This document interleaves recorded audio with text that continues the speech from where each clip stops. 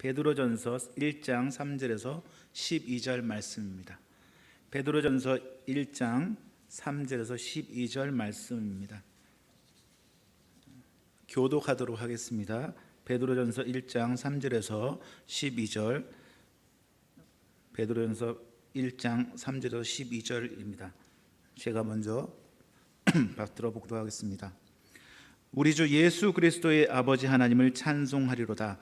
그의 많으신 긍휼대로 예수 그리스도를 죽은 자 가운데서 부활하게 하심으로 말미암아 우리를 거듭나게 하사 산 소망이 있게 하시며 썩지 않고 더럽지 않고 쇠하지 아니하는 유업을 있게 하시나니 곧 너희를 위하여 하늘에 간직하신 것이라. 너희는 말세에 나타내기로 예비하신 구원을 얻기 위하여 믿음으로 말미암아 하나님의 능력으로 보호하심을 받았느니라. 그러므로 너희가 이제 여러 가지 시험으로 말미암아 잠깐 근심하게 되지 않을 수 없으나 오히려 크게 기뻐하는도다.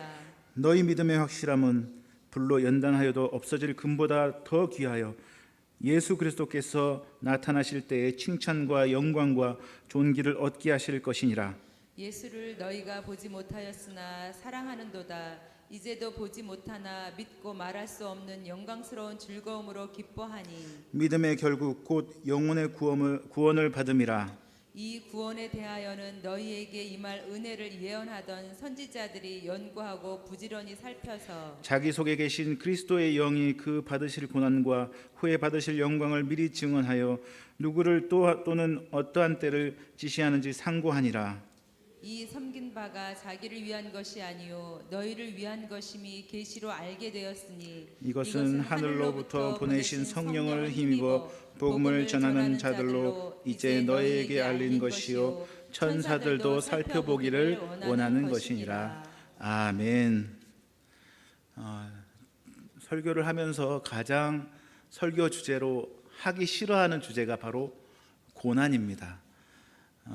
이 고난은 우리 생활에 밀접하게 관련되어 있으면서도 또 말하기가 꺼려지는 그런 문제 중에 하나입니다.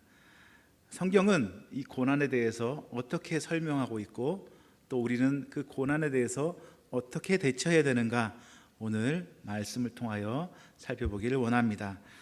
인생에는 여러 가지 다른 삶을 살고 있습니다.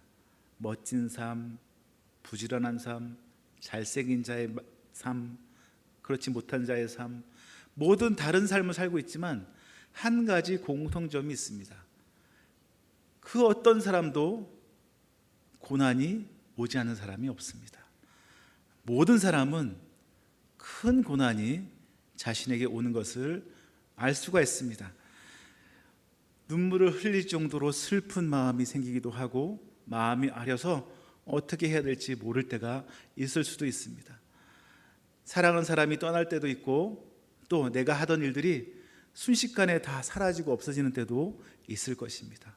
여러 가지 힘든 점이 있어서 그 힘든 점이 있을 때 우리 마음은 얼마나 무너지고 얼마나 주님 앞에 나가기도 힘든 그런 일을 경험해 보았을 것입니다. 그런데 오늘 본문에는 고난과 기쁨을 같이 쓰여져 있는 것을 보게 됩니다. 1장 6절을 함께 읽어보도록 하겠습니다. 시작. 그러므로 너희가 이제 여러 가지 시험으로 말미암아 잠깐 근심하게 되지 않을 수 없으나 오히려 크게 기뻐하는도다. 아멘. 잠깐 근심하게 되지 않을 수 없으나 오히려 크게 기뻐한다고 얘기하고 있습니다. 어떻게 이런 일이 이 베드로전서에 쓰여질 수 있었을까요? 더 놀라운 것은 이 고난을 받을 때에 하나님을 찬송하라고 말하고 있는 것입니다. 1장 3절을 읽어보도록 하겠습니다. 시작.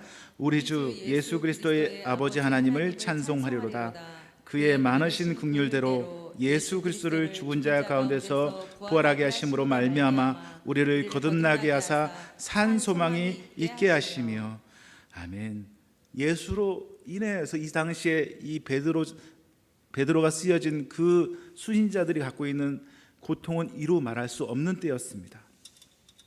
예수 때문에 핍박받고 예수 때문에 슬픔을 당하고 있는 그 사람들에게 하나님을 찬양하라고 얘기하고 있는 것입니다.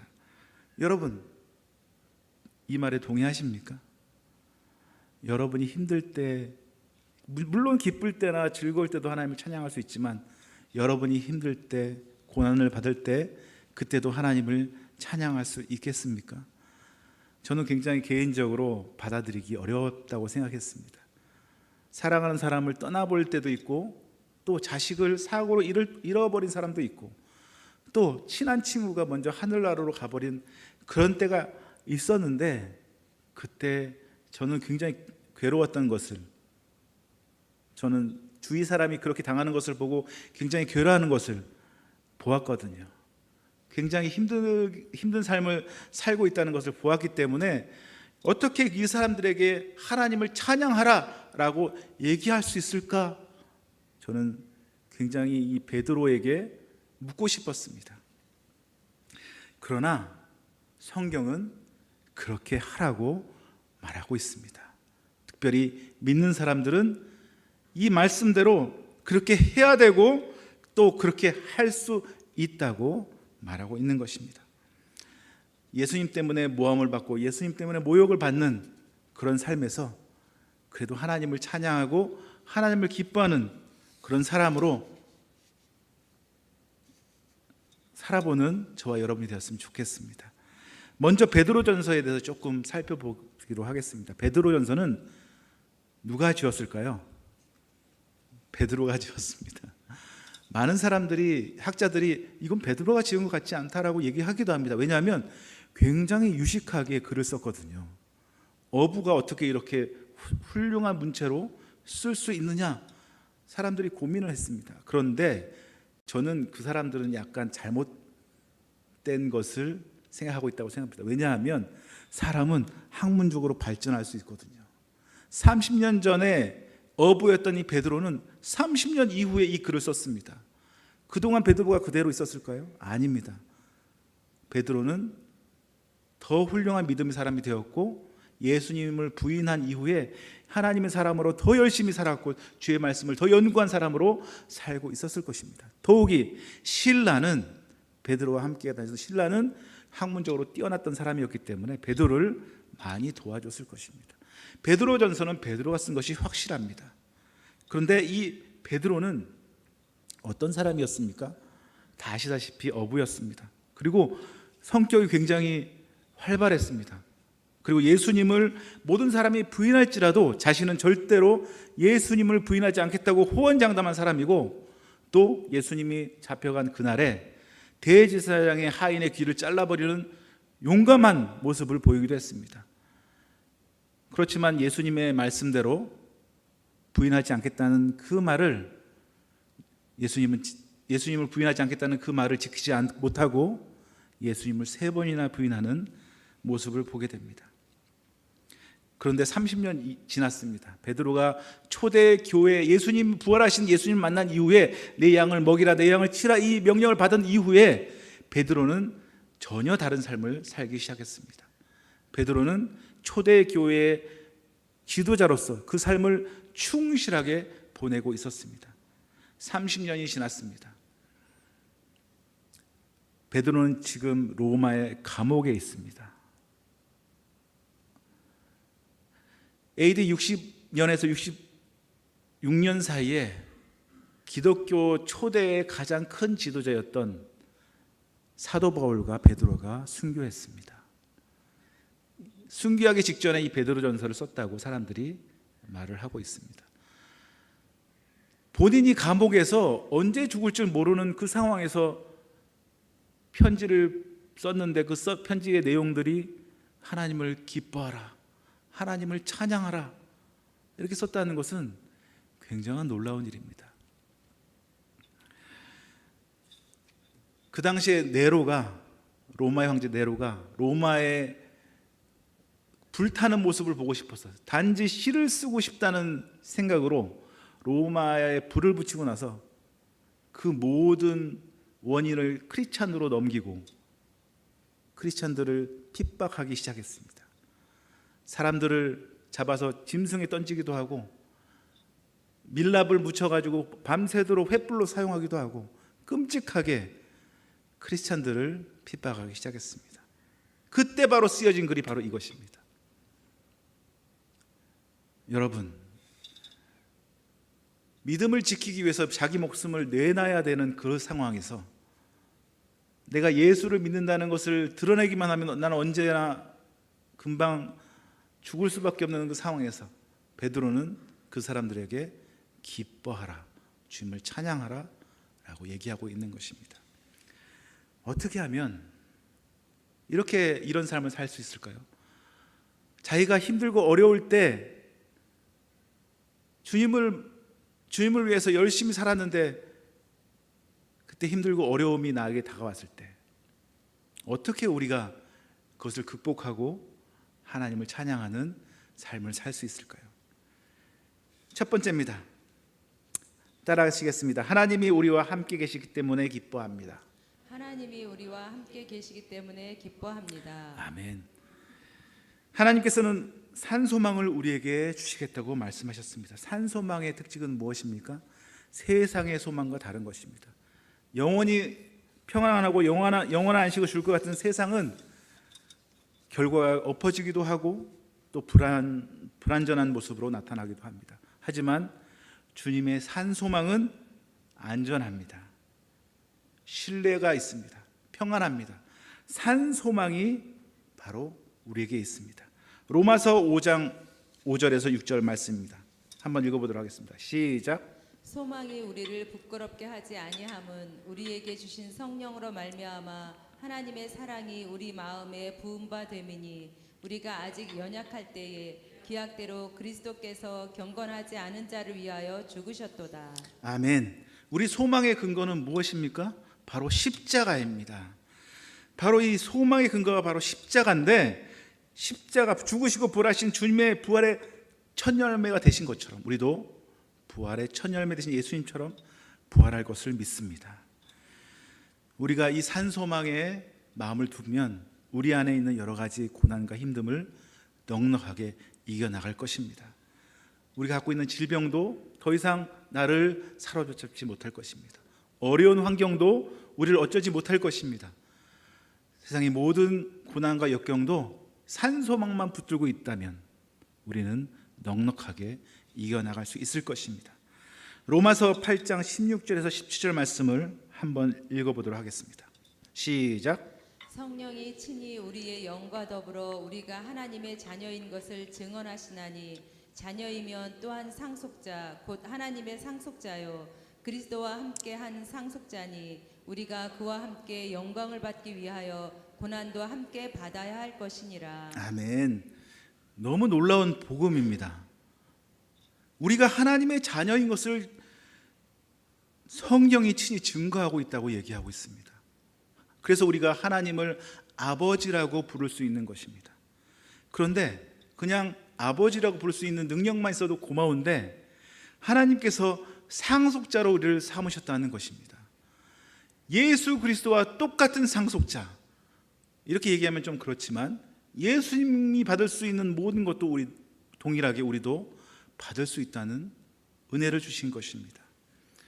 예수님이 주신 그 능력, 영광에 함께하기 위해서는 또 고난도 함께 받을 수 있다고 얘기하고 있습니다. 그리스도와 함께하는 삶, 바로 이것이 우리를 찬송하게 할 수 있습니다. 주님도 고난을 받으셨습니다. 주님이 고난을 받으셨다면 우리도 고난을 받을 수 있습니다.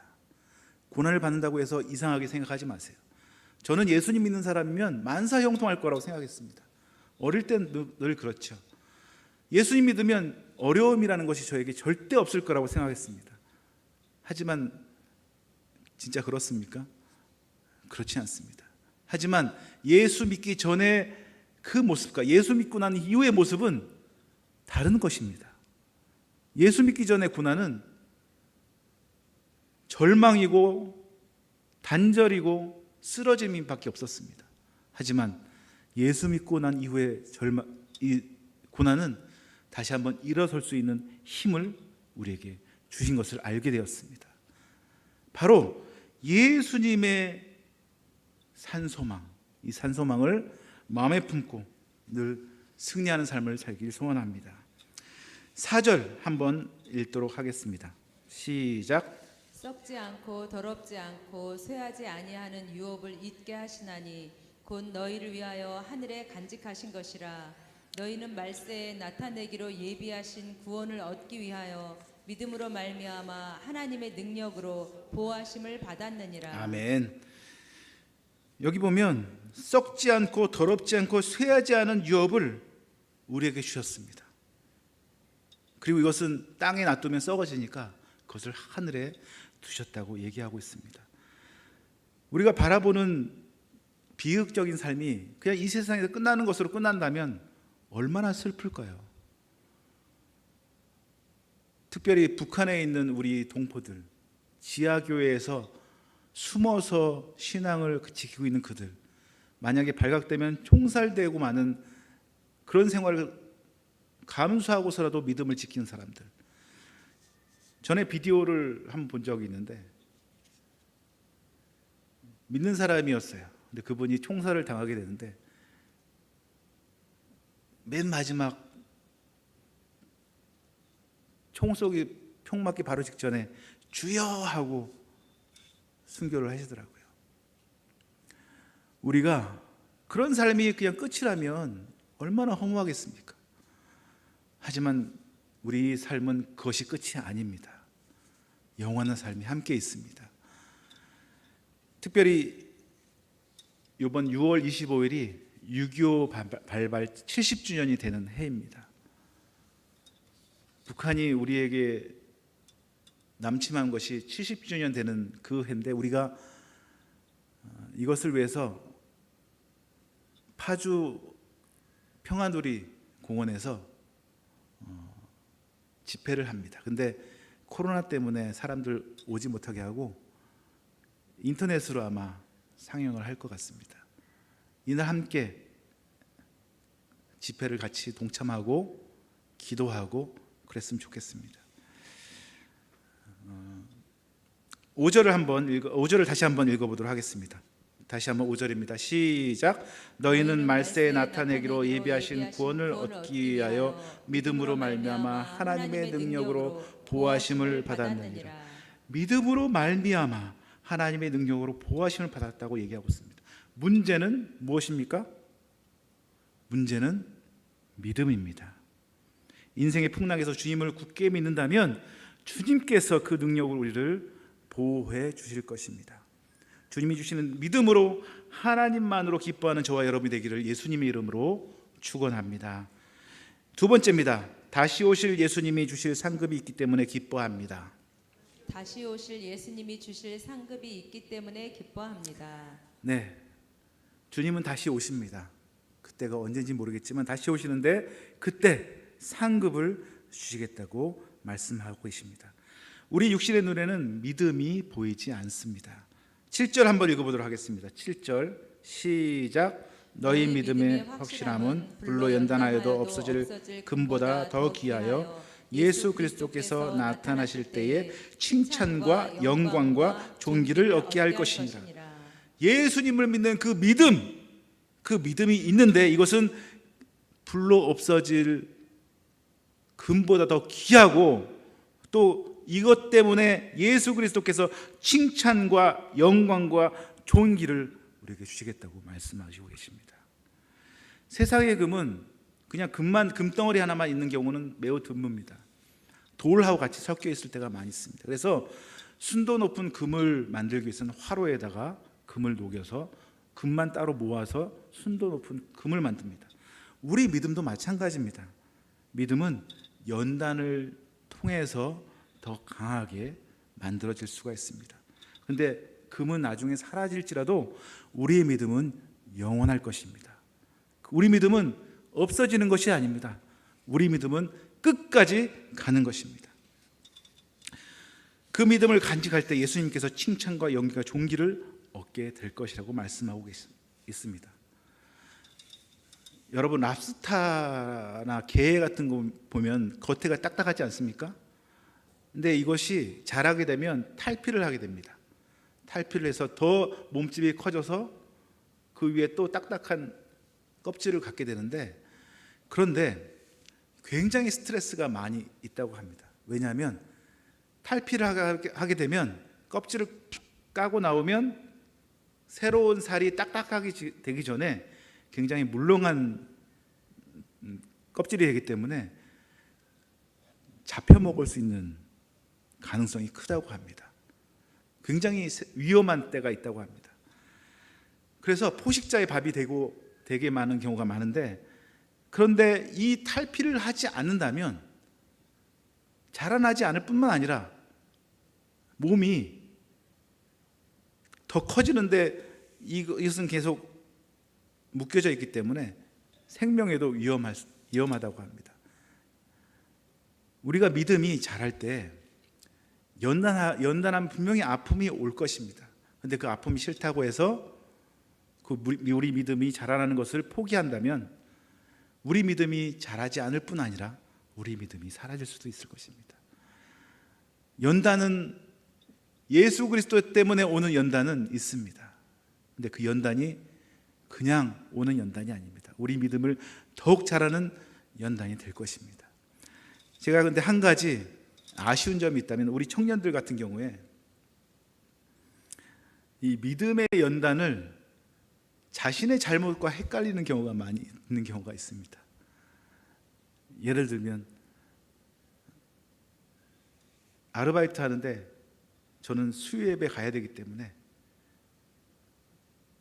빨리빨리 하고, 아니면 근무 시간에 성경을 막 읽고 이렇게 하면 고용주가 별로 좋아하지 않더라고요. 자기가 갖고 있는 본업에 열심히 해야 되는데도 불구하고 신앙을 더욱더 잘하기 위해서 근무 시간에 자기가 신앙생활을 하는 것이 별로 좋은 모습은 아닙니다. 그것 때문에 자기가 힘들거나 어려운 점을 갖게 되면 나는 주님 때문에 구원을 받았다 라고 얘기를 하는 경우가 많이 있더라고요. 그런데 그건 아닌 것 같아요. 그건 주님 때문에 오는 고난이 아니라 자기가 잘못했기 때문에 오는 고난이라고 생각합니다. 뱀처럼 지혜롭게 비둘기처럼 순결하게 행동을 해야 된다고 생각합니다. 그런데 우리가 믿음의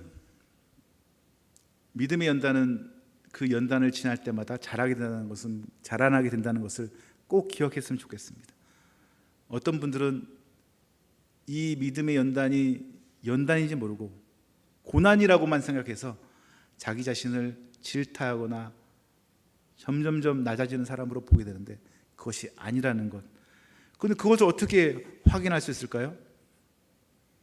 말씀에 근거해서 하는 행동 때문에 받는 어려움이라면 그건 믿음의 연단인 것입니다. 8절 한번 읽어보도록 하겠습니다. 8절 시작. 예수를 너희가 보지 못하였으나 사랑하는도다. 이제도 보지 못하였으나 믿고 말할 수 없는 영광스러운 즐거움으로 기뻐하니. 이 베드로가 보낸 이 서신을 받은 사람들은 예수님을 보지 못한 사람들이 거의 대부분이었습니다. 그런데 이 사람들이 믿음으로 자라나고 있다고 얘기하고 있습니다. 우리의 삶도 마찬가지죠. 여기 중에 예수님을 본 분이 계십니까? 나는 예수님을 봤다.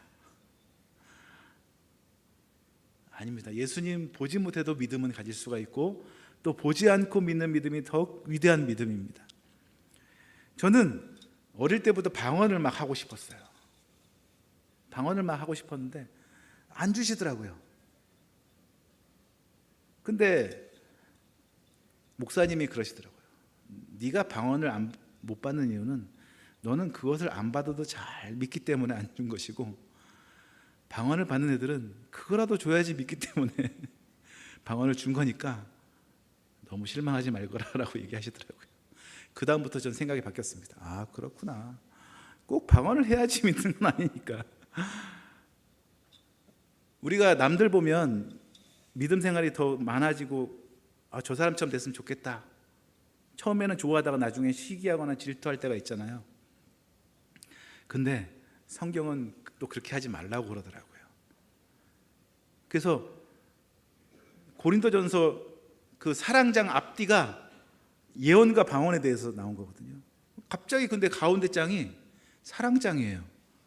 왜 그런지 제가 공부해 보니까 사람이 저 사람은 너는 방언도 못하냐, 너 믿음이 없다 깔보기도 하고, 나도 저 사람처럼 방언했으면 좋겠다라고 막 우러러보고 나는 왜 안 될까? 막 이렇게 하는 사람들을 보기 때문에 사람들을 괄시하거나 낮추게 보지 않고 사랑으로 대해라라고 해서 가운데 사랑장이 있다라고 배웠습니다. 그래서 사랑은 언제나 오래 참고, 사랑은 언제나 온유하며, 사랑은 성내지 아니하고. 이것을 저는 그냥 옛날에 가요로도 들었기 때문에 이건 사랑으로 사랑하는 연인에게 하는 그런 노래인 줄 알았는데 공동체를 위한 말씀이더라고요. 공동체가 사랑으로 하나 돼야 된다. 그래서 우리가 믿음으로 자랄 때도 혼자 하는 것이 아니라 서로 도와서 서로 믿음을 잘 자랄 수 있도록 붙들어 줘야 될 그런 것들이 우리에게 필요한 것 같아요. 그래서 보면 예수를 너희가 보지 못하였으나 사랑하는도다. 이것이 혼자 가능했을까요? 저는 안 그랬다고 생각합니다. 같이 동역자로 같은 교회가 같은 마음으로 사랑이기 때문에 사람이 배움으로써 보면서 배우기 때문에 공동체가 이렇게 가능했다고 생각합니다. 그렇게 했을 때 말할 수 없는 영광스러운 즐거움에 기뻐한다고 얘기하고 있는 것이죠. 우리가 보지 않고 믿는 것이 복됩니다. 믿으십니까? 아멘. 믿음으로 주님을 믿었다면 그 상급도 믿으셔야 됩니다. 요한계시록 21장 3절에서 4절 한번 읽어보도록 하겠습니다. 시작. 내가 들으니 보좌에서 큰 음성이 나서 이르되 보라 하나님의 장막이 사람들과 함께 있음에 하나님이 그들과 함께 계시리니 그들은 하나님의 백성이 되고 하나님은 친히 그들과 함께 계셔서 모든 눈물을 그 눈에서 닦아주시니 다시는 사망이 없고 애통하는 것이나 곡하는 것이나 아픈 것이 다시 있지 아니하리니 처음 것들이 다 지나갔음이러라. 아멘. 제가 이 말씀을 세 번역으로 좀 성경을 써왔어요. 제가 한번 읽어보겠습니다. 그들의 눈에서 모든 눈물을 닦아줄 것이니 다시는 죽음이 없고 슬픔도 울부짖음도 고통도 없을 것이다. 이전 것들이 다 사라졌기 때문이다. 이전 것들이 다 사라질 수 있는 그런 곳이 바로 예수님과 함께하는 주님 때문에 가능한 일인 것입니다. 우리 모두 예수님이 주신 상급을 기억하며 믿음을 키워나가는 저와 여러분이 되기를 예수님의 이름으로 축원합니다. 세 번째는 우리에게 주시는, 다시 함께 읽겠습니다. 시작. 우리에게 주시는 성령님의 역사 때문에 기뻐합니다. 아멘. 우리는 복음을 받은 사람입니다. 믿습니까? 복음을 받은 사람인데 이 복음이 어떻게 왔을까요? 옛사람들은 구약의 선지자들을 통해서, 전도자를 통해서 복음을 받았습니다. 근데 복음은 영광만 있는 것이 아니라 고난과 같이 있었습니다. 갈보리산과 감람산이 같이 있었고 하나님의 아들이라 칭함이 있었고 십자가의 죄인이 같이 있었습니다. 영광이 있으면 고난도 같이 있었습니다. 지금은 우리가 신약 시대, 교회 시대라고 얘기하고 있는데요.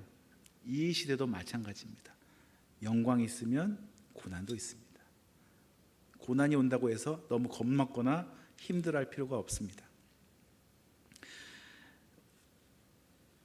주님께서 주시는 은혜만 있다면, 또 성령님이 주시는 그 구원을 주신 성령님의 역사를 잘 알고 있다면 이 모든 것을 넉넉하게 이겨나갈 수 있는 것입니다. 베드로전서 1장 10절에서 11절 말씀 한번 읽어보도록 하겠습니다. 시작.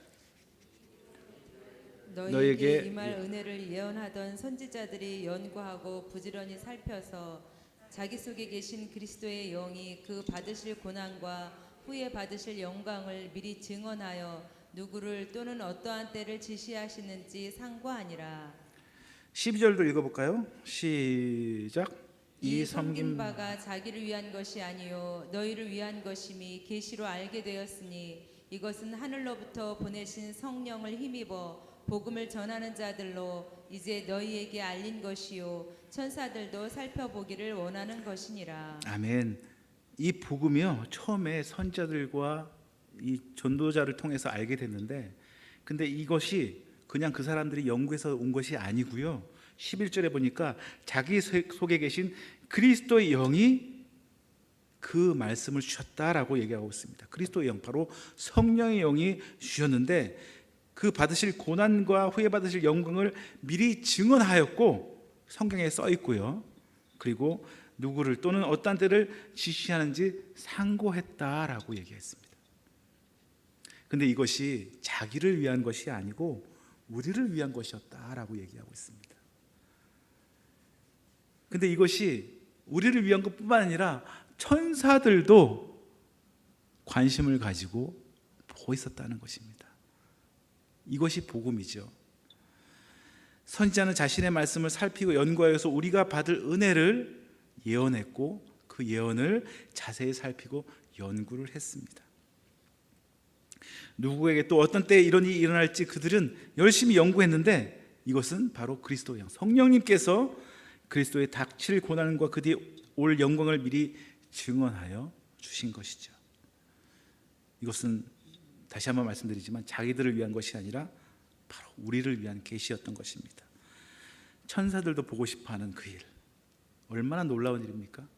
예수님께서 부활의 첫 열매가 되신 것처럼 우리는 부활로 그 부활을 증명할 것입니다. 이것들이 있는데 우리가 어떻게 고난에 무릎 꿇을 수 있겠습니까? 우리를 가르쳐 주신 성령님, 그 성령님으로 인해서 우리는 기뻐할 수 있는 것입니다. 아직 코로나 때문에 여러 가지 어려운 점이 너무 많이 있습니다. 제가 다니고 있는 선교단체도 원래 지금은 대학생 여름 수련을 하고 있는 그 때인데도 불구하고 하지 못하는 경우가 있습니다. 전국에서 1만 명이 모여서 하나님을 찬양하고 하나님께 예배드리는 것을 하지 못하게 하고 있습니다. 그리고 제 후배는 필리핀에 가서 신학 연수를 하기 위해서 3년 동안 공부를 하기 위해서 갔는데 코로나 때문에 이제 돌아온다고 합니다. 1년밖에 되지 않은데 여기 있는 것을 다 정리하고 갔는데 1년 만에 다시 와서 또 새롭게 해야 되는 어려운 점이 있습니다. 어떤 사람은 실직 때문에, 코로나 때문에 실직하는 사람도 있고 또 장사가 되지 않는 사람도 있고 삶이 어렵고 힘든 때가 너무 많습니다. 저희 아내도 지난 수요일 날 새벽기도 때 말씀드렸지만 국공립 어린이집 원장으로 이번에 시험을 쳐서 합격이 됐습니다. 얼마나 좋은지 너무나 좋아했습니다. 그런데 좋아할 것만 있는 것은 아니었습니다. 왜냐하면 기존에 있는 어린이집을 하고 있는 원장과 굉장히 지금 안 좋게 되어 있거든요. 왜냐하면 비밀인데 저희 아내가 실질적인 원장이었습니다. 모든 일을 다 하고 있었는데 그 어린이집을 이제 그만두고 국공립으로 간다 하니까 그 원장님이 굉장히 많이 화가 나고 지금도 아내와의 관계가 지금 굉장히 어렵습니다. 이것 때문에 아내가 힘들어하고 울고 살도 빠지고 어려워했던 것을 한 2주 동안 계속 지켜보면서 저도 마음이 많이 애잔하더라고요. 사람에겐 오는 것은 고난은 어떻게 보면 당연할 수가 있습니다. 근데 그 고난이 당연할 때에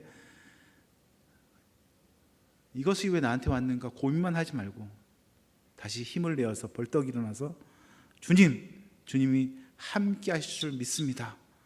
그 믿음으로 나아갑니다.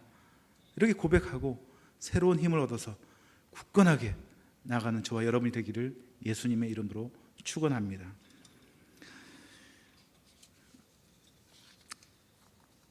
저희 아내 살이 많이 빠졌죠. 다이어트도 하고 있지만 좀 일이 있어서 많이 빠졌습니다. 말씀을 맺겠습니다. 세 가지를 다시 한번 읽어보도록 하겠는데요. 큰 목소리로 한번 읽어보도록 하겠습니다. 시작. 하나님이 우리와 함께 계시기 때문에 기뻐합니다. 다시 오실 예수님이 주실 상급이 있기 때문에 기뻐합니다. 우리에게 구원을 주시는 성령님의 역사 때문에 기뻐합니다. 이 세 가지가 있기 때문에 우리가 고난 중에서도 기뻐할 수 있습니다. 그래서 믿음이 더욱더 멋지게 자라가는 저와 여러분이 됐으면 좋겠습니다.